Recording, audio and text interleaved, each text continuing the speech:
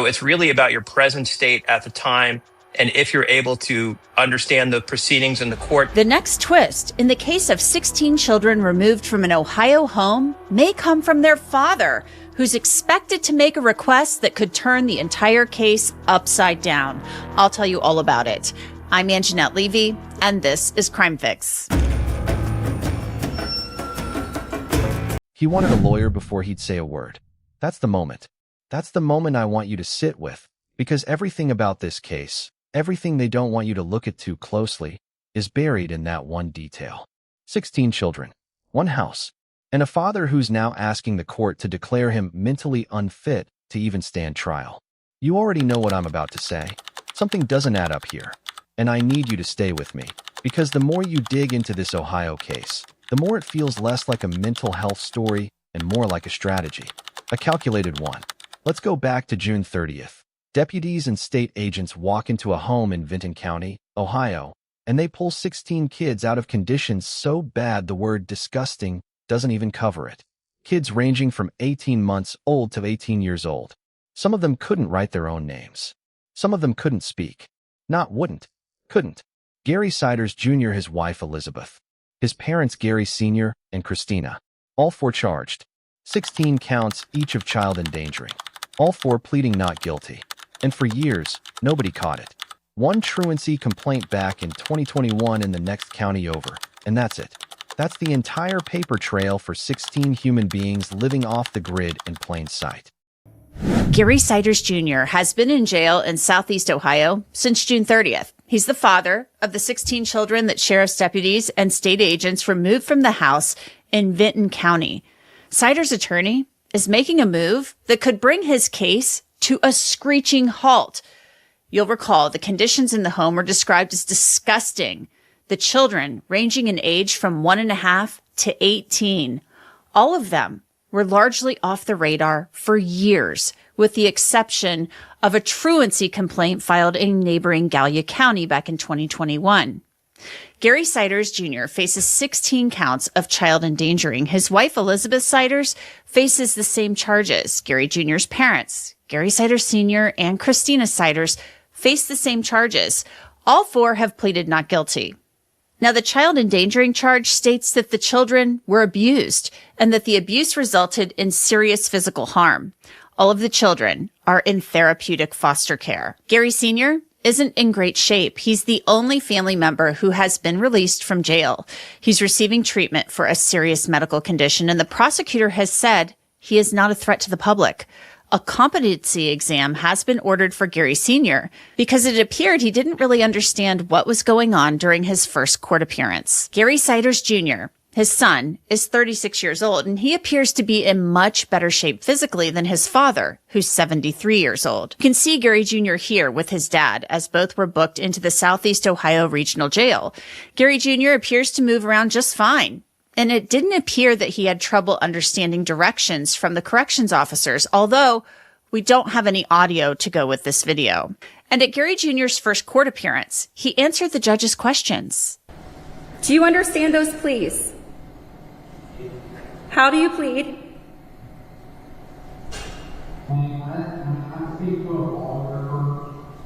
Yes, I will enter a not guilty plea for you at this time then, and you can confer with counsel. So here's the part nobody talks about. This family knew how to disappear. No school enrollment. No social services contact. No pediatrician visits. You don't accidentally hide 16 children from every institution meant to protect them. That takes intention. That takes a plan. And now his attorney wants a competency evaluation. Under seal. Meaning we don't get to read it. Meaning the public, the people whose tax dollars fund this entire system, gets locked out of the one document that might actually explain what's going on inside that man's head. Think about that for a second. So Gary Jr., at least during his initial appearance, asked to speak with a lawyer before entering a plea, and Judge Rogers entered a not guilty plea on his behalf. Gary Jr. at that time appeared to know enough to ask to speak to a lawyer. That is his right, of course. Now he has a lawyer, and that lawyer is planning to ask the court for a mental health evaluation to determine whether Gary Jr. is fit to stand trial. Attorney R. Lee Roberts has filed a motion asking Judge Rogers to allow him to file a motion requesting a competency evaluation under seal. That means we wouldn't be able to read it. Defendant's competency to stand trial has been raised, and the documents at issue concern defendant's present mental health condition and requests for psychiatric examination.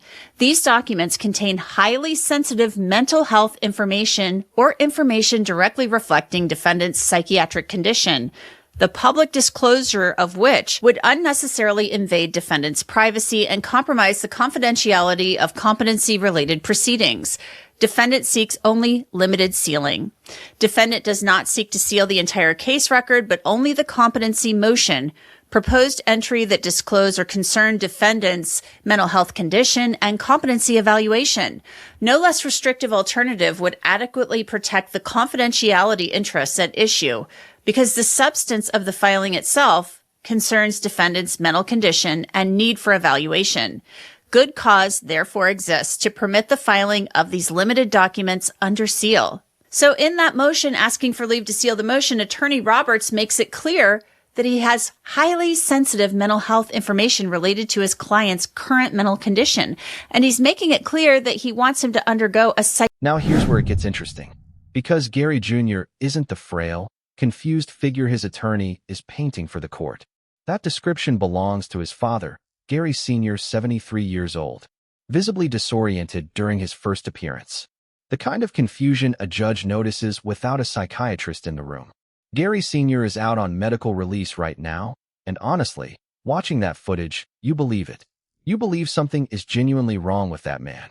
But Gary Jr., 36 years old, walked into that jail under his own power, understood the booking process, and when the judge asked how he wanted to plead, he didn't freeze. He didn't stare blankly. He asked to speak to a lawyer first. That's not confusion. That's strategy. That's a man who understood exactly enough about the system to protect himself inside it. And that's the part that should bother you. A person who's supposedly too impaired to stand trial somehow had the presence of mind to invoke his right to counsel on the spot. We all knew this case had another layer to it. And here it is. Because Gary Jr. isn't just facing the child endangering charges tied to his 16 kids.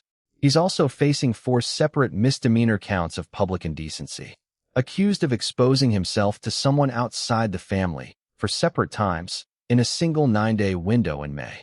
Someone who was not related to him. For occasions. Not one lapse in judgment. A pattern. Psychiatric evaluation. Gary Jr. also faces 4 misdemeanor counts of public indecency. He's accused of exposing himself to someone on 4 occasions between May 23rd and May 31st at the home on Omer Street.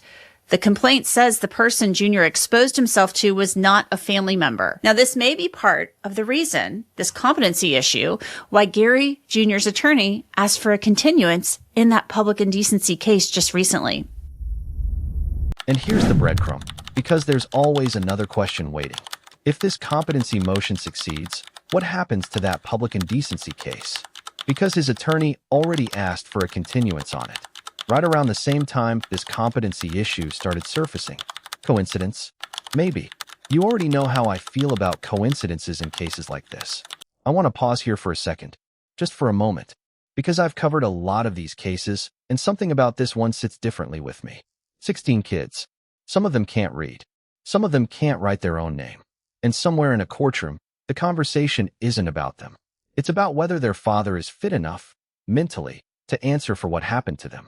There's something deeply wrong about that order of priorities. I feel it. Maybe you feel it too. Now let's talk about what actually determines competency, because this is where the system starts protecting itself instead of the truth. Competency isn't about what someone did. It's not insanity. It's not a defense. It's a much narrower legal question. Does the defendant understand the charges against him right now? Can he assist his own attorney right now? That's it. 2 questions. And if the answer is no, he doesn't walk free. For that question for us, he's a forensic psychiatrist and performs competency evaluations. Thanks for joining us, Dr. Bober. Great to be here. Talk to me, if you would, a little bit about, first of all, this request. The attorney for Gary Siders Jr. is raising competency as an issue. Does that surprise you? No, it doesn't. In the state of Ohio, people are presumed to be competent. And competency can be raised by either the prosecution, the defense, or the judge themselves. So in this particular case, what we're looking at is the defendant's present state of mind. Distinguish that from their state of mind during the commission of the crime, which would be a sanity evaluation. And so we're looking at a two-pronged test. We're looking at if the defendant is able to understand the nature and the objectives of the proceedings against them, and they're able to assist in their own defense. So if they are deficient in either one of those or both, they would be found incompetent. Mm-hmm. He gets sent for treatment, sometimes up to a year, and then the case comes right back. So why push for it? Why now? Here's the thing, though. Even if Gary Jr. is found incompetent today, it buys time. It buys delay. It buys a sealed record that keeps the public from ever seeing what his attorney is actually building toward. And in a case with this much evidence already sitting in plain sight, a filthy home, a truancy record ignored for years, children who couldn't communicate, delay might be the only defense left. Do you think that this will be raised for the other defendants? And I'm asking you to speculate a little bit here, but we already have Gary Siders Sr. Undergoing a competency evaluation. And I think we could all see during his arraignment that he's clearly seemed a little out of it and didn't understand what was going on fully. So I think that's a much different situation. We have an elderly man dealing with a serious medical condition, and we don't know what that is. But this is different. This is a man in his mid-30s who has fathered, as far as we know, 16 children, and he is accused of abusing them and causing, serious physical harm to these children. That's the charge. Well, it's true. And there's a lot of layers to this, right? So if you're someone who's in the public who's looking at this case, you're looking at the way this guy treated these kids, and you're thinking, this guy has to be mentally ill if he would treat these kids this way, and he would do it for so long. But again, that doesn't necessarily mean he's incompetent. That is a totally separate skill set from, again, being found not guilty by reason of insanity. Two completely separate things. One is looking at his presence of mind during the time that he was committing the crime, and the other is looking at his present state of mind right now. Yeah, and whether he can really assist his attorney with his defense. I also think it's interesting that the attorney wanted to seal the information in the docket, which may have to do with the fact that he was receiving some kind of psychiatric treatment, although it would be hard to imagine in these conditions that he was. Perhaps there is information that the attorney wants to protect to keep his information private. Actually, let me rephrase that. It's not the only defense. It's the smartest one available to him right now. I want to turn now to Jonna Spilbor. She's a criminal defense attorney and also the host of Positively Legal on the MK True Crime Network. Thank you so much, Jonna, for coming on. Thanks for having me. I always love to join you, Anjanette. I love having you join me. Jonna, tell me if you would, are you surprised by this request that Gary Siders Jr.'s attorney plans to make to the court for a competency evaluation? Okay. So in all honesty, I'm not surprised, because when you examine the facts of this case, this is like no other case I think we've analyzed in my career. Like, this is a really strange case with the level of neglect that went on with so many children for so long. Now, here's the one thing that I think our viewers have to keep in mind. A competency hearing or a competency determination is not the same as insanity. And a lot of people will confuse the two. So competency, why it makes sense here is because it's to gauge whether or not at the current time, so it doesn't look back really to the history, at the current time, does the defendant understand the proceedings and can he assist in his own defense? So we can probably make a short leap between, well, all right, there was a lot going on here for a long time that probably that indicates this defendant had deficient mental capacities. And now here we are facing several felony charges. And does he get it Does he know where he is? Does he know what a court proceeding is? Does he understand what he is charged with? Does he understand what he's done? And so it does make sense. And I am not surprised by the current motion on his behalf. This is the part that connects everything, the part that makes it all make sense. This isn't just about one family in rural Ohio.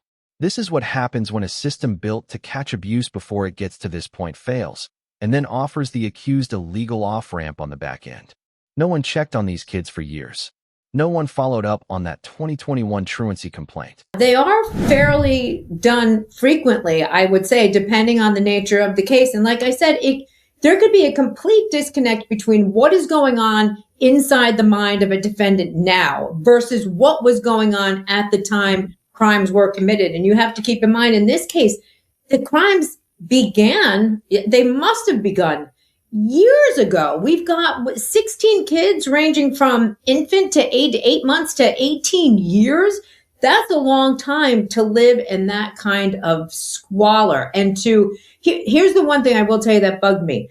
I said to myself, well, he must be competent because this family knew how to evade detection. They knew how to hide. They weren't in school. How were they living? Nobody applied for social services. Do you do that on purpose so that you can live like wild animals? I'm sorry to say it, but that's kind of how they were living. The reports are when the police finally got to this family, a lot of the children couldn't speak. They couldn't write their name. I mean, this is just years and years of not being raised as we all socially are normally.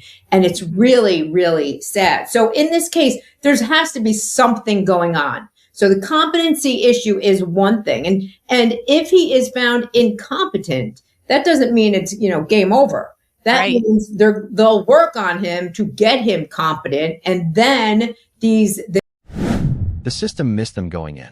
And now, on the way out, the same system might let their father sidestep full accountability through a sealed mental health filing. You already know how this feels. Justice for the powerless getting buried under paperwork, while the person who had the presence of mind to demand a lawyer gets to argue he didn't understand what was happening. Big question. And I will say something that I find really interesting about this. Again, nothing about this case warms my heart. Do not get me wrong. But here's when I look at it and I say, okay, this is horrible. The conditions are I haven't seen anything like this. But the one little tiny saving grace for the adults in the room is that they all seem to be living that way, as opposed to cases where you have, parents that are, eating, filet mignon, and the kids are the ones who are being malnourished and are not getting the care that they need. This whole family was living just like they were cave people and worse. So to me, that might be something that I would hang my hat on if I had to defend any of these family members. Yeah, it's astounding. It's stunning. And we're still waiting for more answers because at this point, we certainly have more questions than we do answers. I mean, the only update we have on the children is that they're in therapeutic foster care. We don't even know their exact conditions. And maybe we shouldn't know that as the public because it's health information. It's protected by HIPAA, but it would be nice to receive some sort of update on how the children are doing. And I'm sure you can agree with that as well. It's going to be such a long road for these kids, and probably even worse for the older ones. I think the oldest is 18 years old. And if that child lived, since we have no records, so if that child lived his or her entire life without reading, writing, arithmetic, without proper nourishment, with bacteria, with feces, with disgust, with not being socialized, that's hard. At least the younger ones, I think, have a little bit of a fighting chance if they get into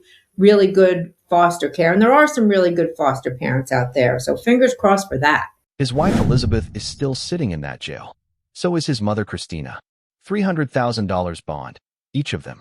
16 kids are now scattered into therapeutic foster care, and we don't even get updates on how they're doing, because that information is protected And the men who failed them get more transparency about their mental state than those children get about their recovery.